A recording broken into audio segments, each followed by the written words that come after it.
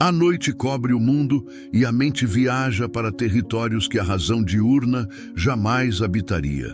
Monstros que falam, cidades que afundam, rostos de pessoas mortas que retornam com mensagens urgentes.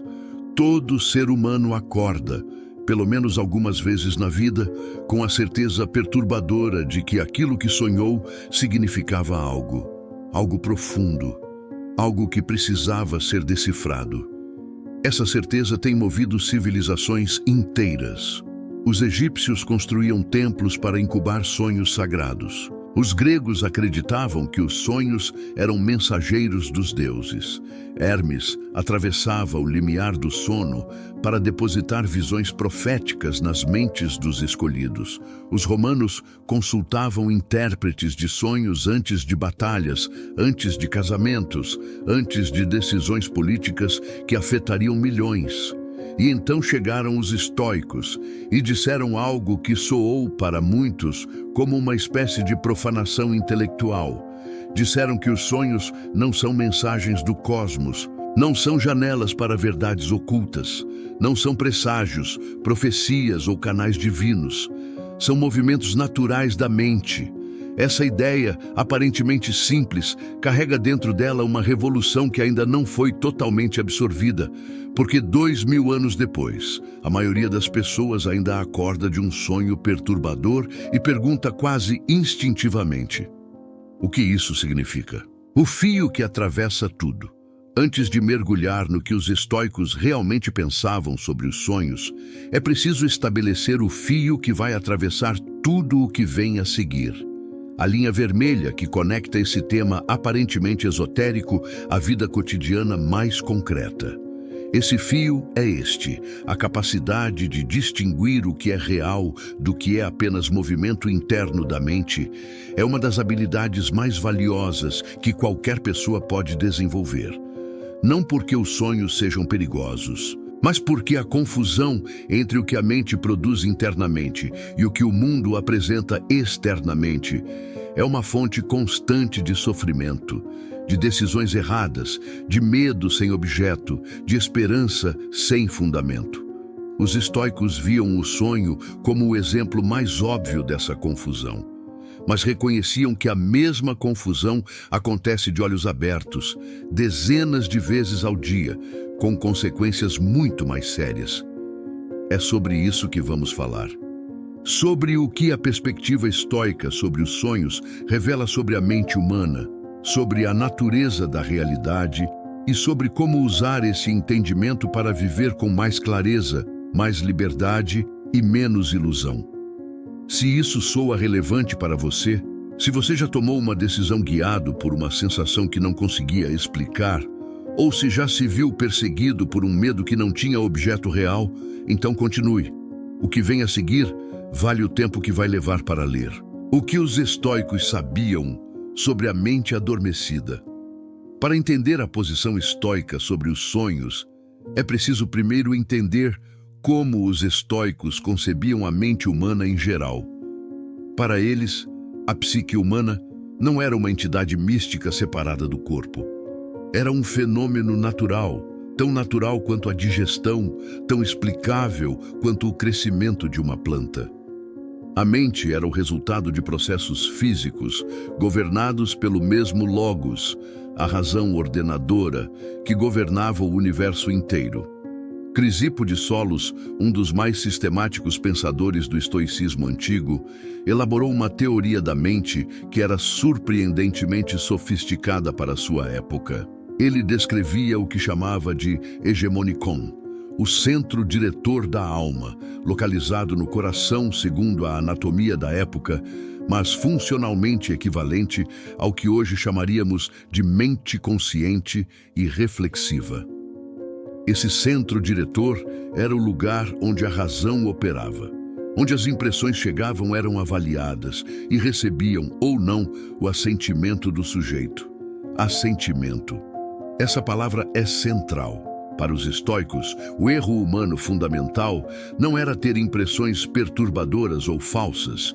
Isso era inevitável. Era parte da experiência de ser um animal racional imerso num mundo complexo. O erro era dar assentimento a essas impressões sem examiná-las primeiro. Era aceitar automaticamente o que a mente apresentava como se fosse necessariamente verdadeiro. E quando dormimos, o hegemonicon, esse centro de avaliação racional, está em grande medida suspenso. Não completamente, mas significativamente. A mente continua produzindo impressões, imagens, narrativas, sensações, emoções, mas o filtro que normalmente examina essas impressões antes de aceitá-las está enfraquecido, parcialmente desligado, operando numa frequência reduzida. O resultado é que no sonho aceitamos quase tudo que a mente produz como real. O absurdo parece plausível. O impossível parece natural. O morto está vivo. A cidade flutua. O perigo é urgente. E quando acordamos, trazemos o rastro emocional dessas impressões. O medo, o alívio, a saudade, a ansiedade, sem necessariamente questionar a fonte. A crítica estoica à interpretação do sonho Cícero, que não era estoico, mas tinha profunda familiaridade com o pensamento estoico, escreveu um texto chamado De Divinatione, sobre a adivinhação, que contém uma das críticas mais rigorosas à crença na profecia através dos sonhos que o mundo antigo produziu. O argumento central é simples e devastador. Se os deuses realmente enviassem mensagens através dos sonhos, essas mensagens precisariam ser úteis, precisariam ser claras o suficiente para guiar a ação humana. Mas o que vemos, quando examinamos a prática real da interpretação dos sonhos, é uma arte obscura, contraditória, dependente da habilidade e da criatividade do intérprete. Dois intérpretes diferentes, consultados sobre o mesmo sonho, oferecem interpretações opostas. O mesmo símbolo significa prosperidade num manual e desgraça em outro. As profecias acertadas são lembradas e celebradas. As erradas são esquecidas ou reinterpretadas. Isso não é divindade. É padrão reconhecimento aplicado a material aleatório. E o cérebro humano é extraordinariamente bom em encontrar padrões, mesmo onde não existem. Os estoicos levavam essa crítica ainda mais longe. Se os sonhos fossem canais de comunicação divina, por que seriam tão frequentemente banais? Por que sonharíamos com comida, com lugares familiares, com pessoas do cotidiano, com preocupações triviais e apenas ocasionalmente com algo que parecesse significativo? A resposta estoica era elegante, porque os sonhos não são transmissões, são processamentos. A mente, durante o sono, continua fazendo o que faz de olhos abertos, processando experiências, reorganizando memórias, respondendo às preocupações ativas, elaborando emoções incompletas. Sem o filtro racional operando em plena capacidade, esse processamento se expressa de forma livre, não linear, frequentemente bizarra. O sonho perturbador que o guerreiro tem na véspera da batalha não é um presságio, é o medo processando-se em imagens. O sonho em que o empresário perde tudo não é uma profecia. É a ansiedade sobre o projeto que ainda não resolveu encontrando expressão noturna. O sonho com o pai morto não é uma visita do além. É o luto continuando seu trabalho de integração, trabalho que não para quando os olhos fecham. Isso não diminui a intensidade emocional da experiência, mas muda radicalmente o que você faz com ela. O problema real, a confusão que acontece, acordado. Aqui chegamos ao coração do que os estoicos queriam dizer quando falavam sobre sonhos. E por que esse tema importa muito, além da questão de acreditar ou não em sonhos proféticos. A confusão que o sonho exemplifica de forma mais dramática não é exclusiva do estado de sono. Ela acontece acordada, o tempo todo. Quando você sente um desconforto físico e imediatamente a mente cria a narrativa de que algo grave está acontecendo com sua saúde. Isso é uma impressão recebida sem exame racional suficiente. Quando alguém não responde sua mensagem e sua mente constrói uma história elaborada sobre rejeição, raiva ou afastamento, isso é uma impressão recebida sem verificação. Quando você entra numa reunião já convicto de que vai mal por causa de um pressentimento que não consegue articular, isso é dar assentimento a algo que a mente produziu internamente, confundindo-o com informação sobre o mundo externo. Os estoicos chamavam essas impressões não examinadas de fantasiae catalepticae, quando eram verdadeiras, impressões que apreendiam a realidade, e de fantasiae acatalepticae, quando eram falsas ou incertas. O problema não era ter as segundas, era tratá-las como se fossem as primeiras. E a mente humana, especialmente sob estresse, sob medo, sob desejo intenso, é extraordinariamente capaz de produzir fantasiae que parecem absolutamente reais e que são, na verdade, construções internas. O sonho é apenas o caso mais óbvio. É o estado em que essa confusão fica mais visível, mais dramática, mais inconfundível. Porque quando acordamos, a dissonância entre o que sentimos e o que o mundo apresenta é imediata. Mas a dissonância que acontece de olhos abertos pode durar dias, semanas, anos, porque não há o ato de acordar que a interrompa. Epicteto e a disciplina do assentimento.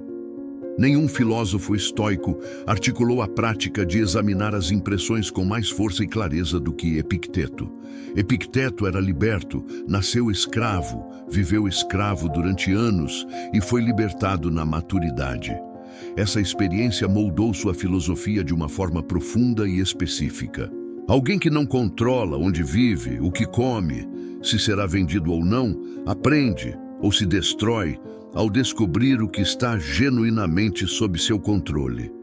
E o que Epicteto descobriu estava sob seu controle, sem exceção, sem possibilidade de confisco, era exatamente isso: a faculdade de dar ou recusar assentimento às impressões. Ninguém podia forçá-lo a aceitar uma impressão como verdadeira. Ninguém podia entrar na sua mente e decretar que determinado pensamento era correto. O Senhor podia controlar o corpo. A faculdade de julgamento permanecia livre. Essa liberdade radical, que soa quase paradoxal vinda de um homem que passou anos sem liberdade civil, se expressava numa prática diária específica. Epicteto chamava de epoché, a suspensão do assentimento até que a impressão fosse examinada. Antes de reagir, pausar. Antes de concluir, verificar. Antes de aceitar, perguntar: essa impressão corresponde ao que realmente está acontecendo? Ou é o que minha mente, a partir de seus medos, desejos e hábitos, quer que eu acredite que está acontecendo? Aplicado aos sonhos, isso é quase automático. Quase ninguém acorda de um sonho e sai agindo como se tudo o que aconteceu nele fosse real. Mas aplicado ao estado acordado, isso é uma prática exigente, contínua, às vezes árdua, porque as impressões que chegamos de olhos abertos têm muito mais apoio. Elas estão embutidas no contexto, carregam o peso da plausibilidade, chegam revestidas de lógica aparente. A prática de Epicteto era simples de descrever e difícil de executar. Toda vez que uma impressão chegasse com carga emocional significativa, parar. Dizer internamente: isso é apenas uma impressão. Ainda não sei se é verdade. E então examinar. O que Marco Aurélio fazia com os sonhos? Marco Aurélio não teorizou muito sobre sonhos nas meditações, mas fez algo revelador. Mencionou especificamente que sonhos, apesar de poderem ser perturbadores, não deveriam ser tratados como sinais externos sobre o futuro. Há um momento nas meditações em que ele agradece aos deuses, ou ao destino, ou ao logos, por não ter sido dominado pelos sonhos da forma como muitos eram, por ter conseguido manter a capacidade de discernir o que era real do que era produto da mente adormecida. Para um imperador romano do século II, essa posição era notavelmente contracultural. O mundo ao seu redor estava saturado de intérpretes de sonhos, de adivinhos, de práticas divinatórias de todo tipo. O imperador que descartava presságios e confiava na razão era uma figura rara. Mas o que é ainda mais interessante é o que Marco Aurélio fazia com a matéria emocional que os sonhos deixavam ao acordar. Ele não negava essa matéria, não dizia, foi apenas um sonho, portanto, não significa nada. Ele usava o rastro emocional do sonho como informação sobre seu estado interno, não sobre o estado do mundo externo. Se acordava ansioso após um sonho sobre falha em liderança, isso era um sinal de que havia algo no seu exercício do poder que merecia exame racional. Não porque o sonho previu algo, mas porque a ansiedade que produziu o sonho era real e merecia atenção. Essa distinção é sutil e poderosa. O sonho não é uma mensagem, mas o estado emocional que o produziu pode ser uma informação valiosa sobre o que está acontecendo dentro de você e que ainda não recebeu atenção consciente suficiente. A mente como produtora de narrativas. Existe um campo de pesquisa contemporânea, a neurociência dos sonhos, que chegou a conclusões que os estoicos teriam reconhecido imediatamente, mesmo sem o vocabulário técnico. O cérebro, durante o sono REM, está intensamente ativo. Não está simplesmente descansando, está consolidando memórias, processando experiências emocionais do dia, testando conexões entre informações, simulando cenários. E o que chama a atenção é que uma região específica do cérebro, o córtex pré-frontal, responsável pelo julgamento crítico, pela inibição de respostas impulsivas, pela verificação de plausibilidade, está significativamente menos ativa durante o sono REM. Ou seja, a parte do cérebro que de olhos abertos diria, espera, isso não faz sentido, está, em grande medida, offline. Sem esse filtro, a mente narrativa, que é extraordinariamente criativa e que opera a partir de associações, emoções e padrões, produz histórias livres de censura lógica. Isso explica o bizarro. Explica por que a narrativa do sonho pode ser ao mesmo tempo internamente coerente e completamente impossível. Explica por que personagens mudam de identidade no meio do sonho sem que isso pareça estranho enquanto você está dentro dele. Os estoicos não tinham acesso à neuroimagem funcional, mas chegaram à mesma conclusão pela via filosófica. O sonho é o que a mente produz quando a razão não está exercendo plenamente sua função de exame. E isso é precisamente porque não se deve confundir sonho com realidade racional. Não porque o sonho seja insignificante, mas porque ele pertence a uma ordem diferente de significado, a ordem do interno, do processado, do elaborado, e confundi-lo com a ordem do externo, do factual, do verificável, é um erro categorial com consequências práticas. Quando o inconsciente fala de olhos abertos, há uma dimensão do pensamento estoico sobre os sonhos que antecipa algo que a psicologia só articularia formalmente no século XX. A ideia de que a mente tem processos que operam abaixo do nível da consciência reflexiva. Os estoicos não usavam o termo inconsciente, mas reconheciam que nem todas as impressões que chegavam à mente chegavam de forma consciente e articulada. Havia movimentos na psique que precediam o pensamento explícito, que já tinham moldado a disposição emocional antes que a razão tivesse tido chance de intervir. Eles chamavam esses movimentos de propateiai, pré-paixões ou emoções preliminares. Reações que aconteciam antes do assentimento, o sobressalto diante de um barulho alto, o leve aperto no peito ao encontrar alguém que já magoou você, a aceleração do coração diante de algo que ainda não foi identificado como ameaça ou oportunidade. Os propateiai não eram para os estoicos erros, eram parte da psicologia natural. O erro começa quando você dá assentimento automático a esses movimentos preliminares sem examiná-los. O sonho, nesse contexto, pode ser visto como um campo em que os propateiai, as reações não examinadas, os medos não nomeados, os desejos não avaliados, ganham forma e narrativa sem o filtro racional que normalmente os intercepta. E por isso, o conteúdo emocional de um sonho recorrente pode ser uma pista valiosa não sobre o futuro, mas sobre algo no presente interno que ainda não recebeu atenção adequada. O estoico não consulta um intérprete de sonhos, mas pode sentar com o rastro emocional de um sonho e perguntar: de onde vem esse medo? Essa ansiedade está ligada a algo real na minha vida que ainda não examinei? Esse desejo que o sonho expressou é algo que reconheço acordado.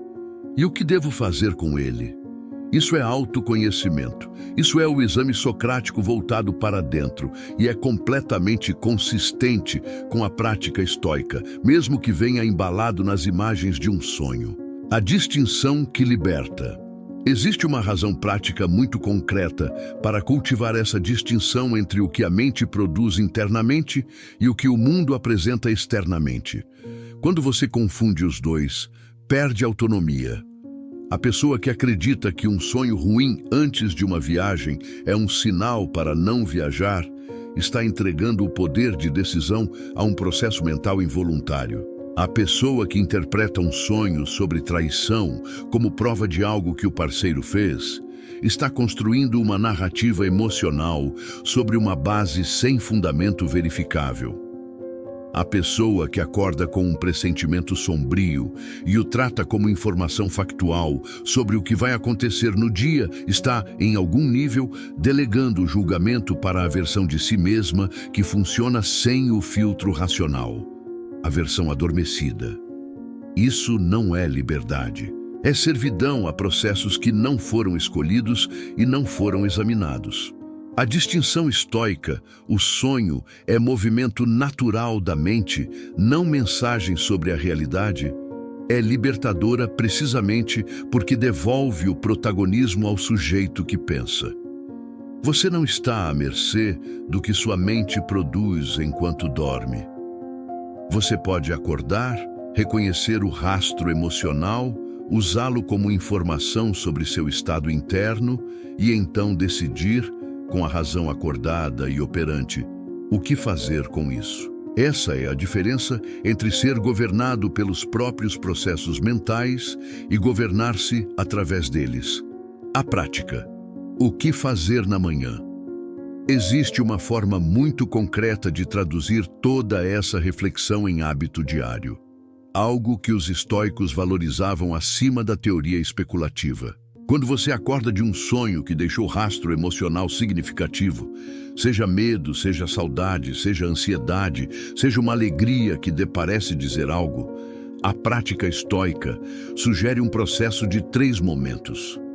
O primeiro momento é o reconhecimento sem assentimento imediato. Perceber que há um estado emocional presente.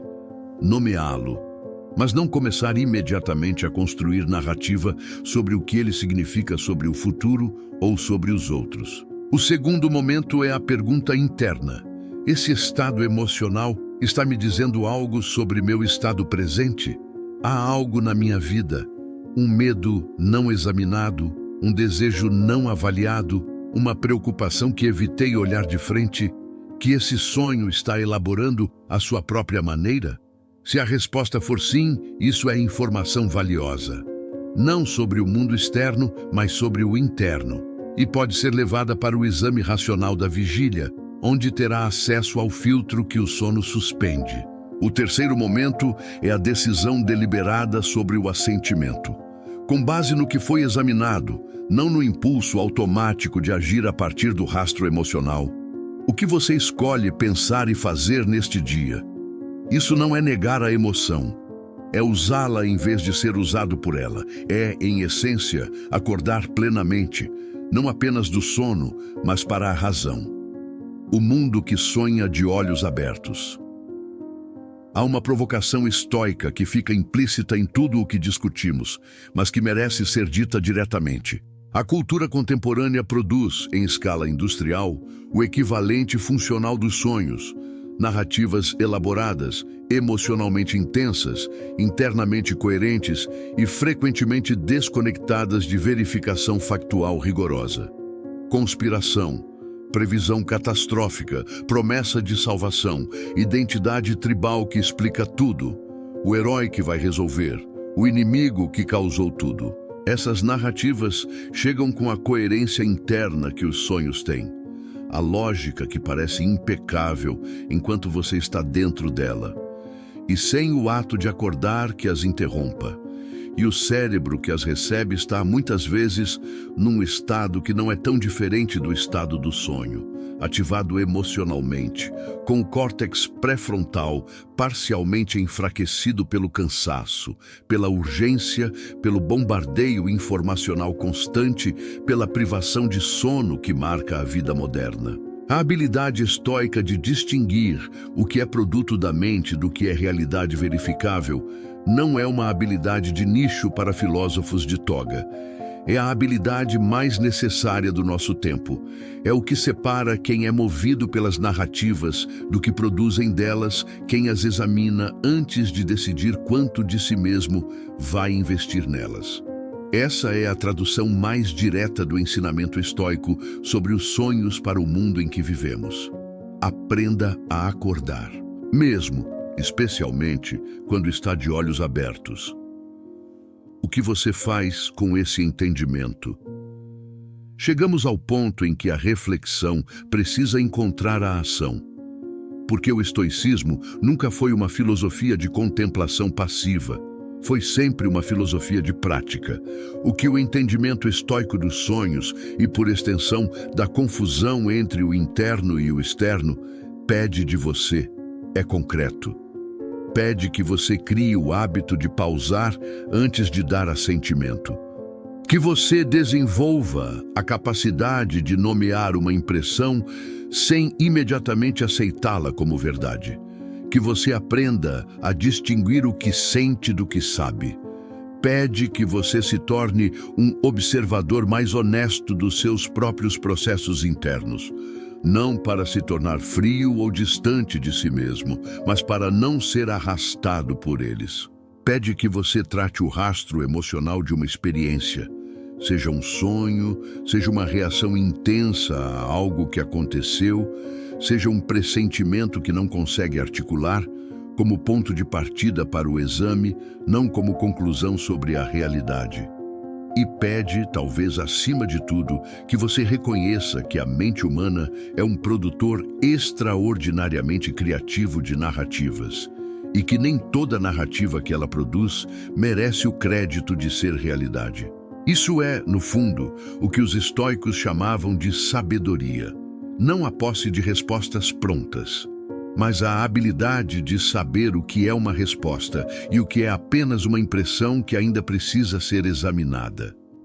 Se esse entendimento ficou, se algo nessa reflexão ressoou, não como curiosidade intelectual, mas como algo que você reconhece na sua própria experiência, então o próximo passo é simples.